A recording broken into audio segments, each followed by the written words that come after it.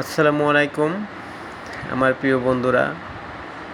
অনেকে প্রশ্ন, আমি মালয়েশিয়া থেকে কীভাবে তুরস্কের ভিসা পাইলাম, কিভাবে আসলাম, কিভাবে ঘুরতেছি। আমি আস্তে আস্তে সবাইকে সব কিছু ক্লিয়ার করে বলবো।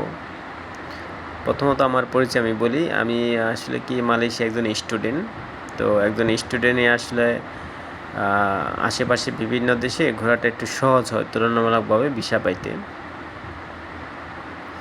তবে নর্মালি আমি তুরস্ক এম্বাসিতে আমি আবেদন করি এবং আমাকে ইন্টারভিউর জন্য ডাকে।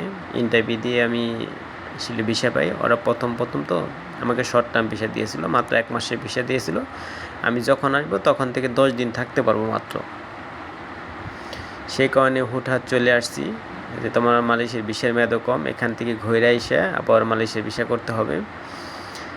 শর্ট টার্মের জন্য আসছিলাম, 7 দিনের জন্য আমি আসছিলাম করতে।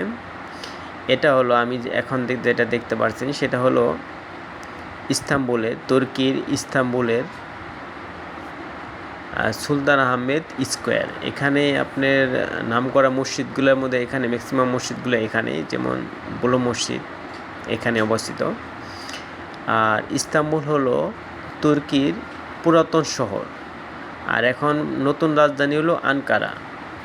তো ইস্তাম্বুল এত সুন্দর, আমি এর আগে অনেকগুলো দেশে গিয়েছি, কিন্তু এত সৌন্দর্য আমি কখনো উপলব্ধি করি নাই যেটা ইস্তাম্বুলে আমি এসে দেখছি।